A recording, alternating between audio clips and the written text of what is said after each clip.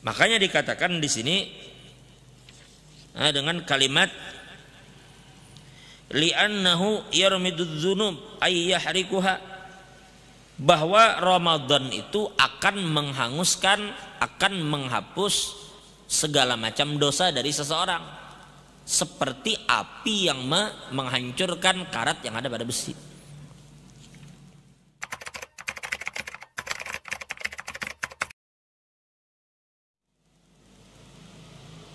Jadi ketika kita berbicara tentang Ramadan, ujar ulama,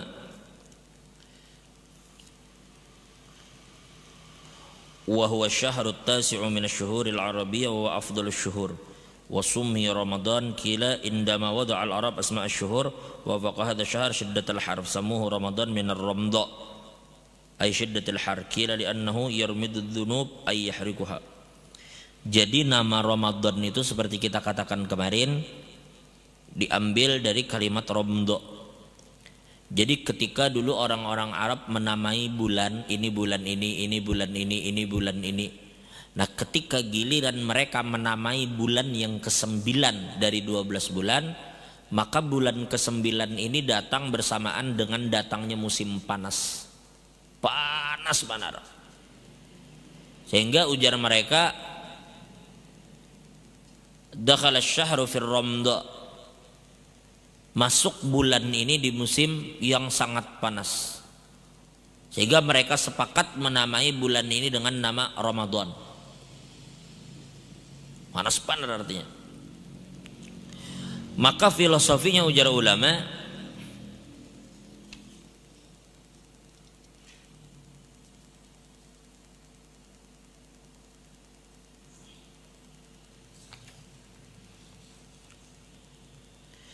bahwa puasa ini pun menjadi penebus bagi dosa-dosa manusia, sebagaimana panas yang sangat dahsyat itu mengikis tagar, ya kita apa tagar, karat yang ada di besi.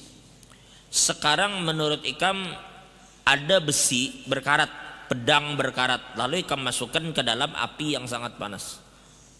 Pedang berkarat Ikam masukkan ke dalam api yang sangat panas, kira-kira karatnya hilang lah dia? Apa dia? Hilang karatnya. Jangankan karat dia, pedangnya pun bisa meleleh kalau saking panasnya. Maka ujar ulama, begitulah para pendosa yang bertemu dengan bulan Ramadan. Mestinya Ramadan itu mampu mengikis dosanya, sebagaimana api yang mengikis karat yang ada di besi. Makanya dikatakan di sini dengan kalimat li'annahu yarmidudz dzunub ay yahrikuha, bahwa Ramadan itu akan menghanguskan, akan menghapus segala macam dosa dari seseorang, seperti api yang menghancurkan karat yang ada pada besi. Jadi sebisa mungkin Ikam meminta ampun di bulan Ramadan dan harus yakin bahwa dosa Ikam diampuni. Karena di antara adab orang yang bertaubat adalah yakin bahwa zat yang dimintanya untuk meminta ampunnya adalah zat yang tawwab, zat yang maha pengampun, yang pasti menerima taubat hambanya. Maka Ikam mesti yakin. Karena kalau di bulan Ramadan Ikam minta ampun tapi perasaan Ikam Allah kada mengampuni, ujar ulama Ikam berdosa. Berdosa karena Ikam berputus asa dari rahmat Allah itu. Qul ya ibadiyalladzina asrafu ala anfusihim la taqnatu min rahmatillah. Karena Allah yang suruh. Ya ibadiyalladzina asrafu ala anfusihim, ay hamba-hambaku yang telah melampaui batas. Melampaui batas itu macam-macam, ada segala macam dosa yang kamu lakukan itu melampaui batas namanya. Zalim namanya. Tapi apa ujar Allah? La taqnatu min rahmatillah. Jangan pernah kalian putus asa dari rahmat Allah. Jangan putus asa.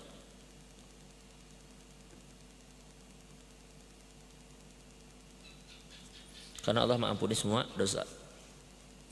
Jadi di antara dosa besar itu Ansariyah merasa Allah kada mengampuni dosa ikam itu dosa besar jar ulama. Karena ikam meremehkan rahmat Tuhan. Karena Allah bisa saja mendatangkan rahmatnya dengan perkara kecil apapun, sepele. Bahkan perkara sepele itu bisa melindungi ikam dari neraka. Makanya Nabi katakan ittaqun nar walau bisyikki tamrah. Takutilah api neraka, cari perlindungan sehingga kamu tidak diazab oleh Allah di neraka meskipun hanya dengan secuil kurma. Karena bukan masalah kurmanya, bukan masalah secuilnya. Kalau ikam lakukan itu barangkali Allah di situ ridho, maka ridho itu yang akan menyelamatkan ikam. Ini nak bulan Ramadan ikam berbagi kurma misalnya. Apalagi ikam beri kurma sekotak, ikam beri kurma sekian. Menjalankan sunnah tadi. Oh, karena padil bilanya ikam bulan Ramadan ini bila ikam hendak juga mencari amal, kan sunnah, salah satu sunnah Ramadan bulan cari apa di antaranya? Tafsirus Shaimin. Di antaranya adalah membukakan orang. Kalau ikam undang orang kampung makanan di rumah ikam berbuka, tapi keadaan sekarang ikam berhadapan dengan satu keadaan yang ikam kada boleh mengumpulkan orang banyak, lebih dari 10 kada boleh ya. Kalau kada boleh ada kegiatan-kegiatan yang mengumpulkan masa dalam jumlah besar. Kayak apa ikam membukakan orang, sedangkan keadaannya kada kawal lagi kayak itu ikam mau undang orang banyak ke rumah. Maka caranya bisa ikam antari ke rumah-rumah jiran.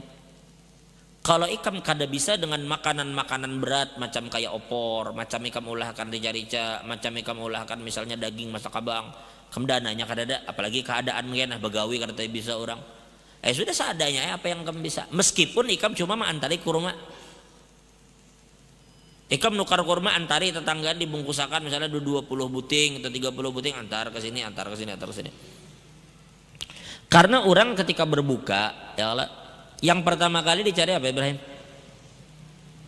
Kalau kan bapak dia dicari pertama ketika buka kurma, kalau pasti mana ada orang buka pertama langsung mihun. Amun ada aja kurma orang pasti kurma dulu ngambil, karena orang ada mengambil nang sunnah makan kurma. Nah lalu kurma itu datangnya dari ikam. Ketika orang memakan kurma itu ikam dapat pahalanya.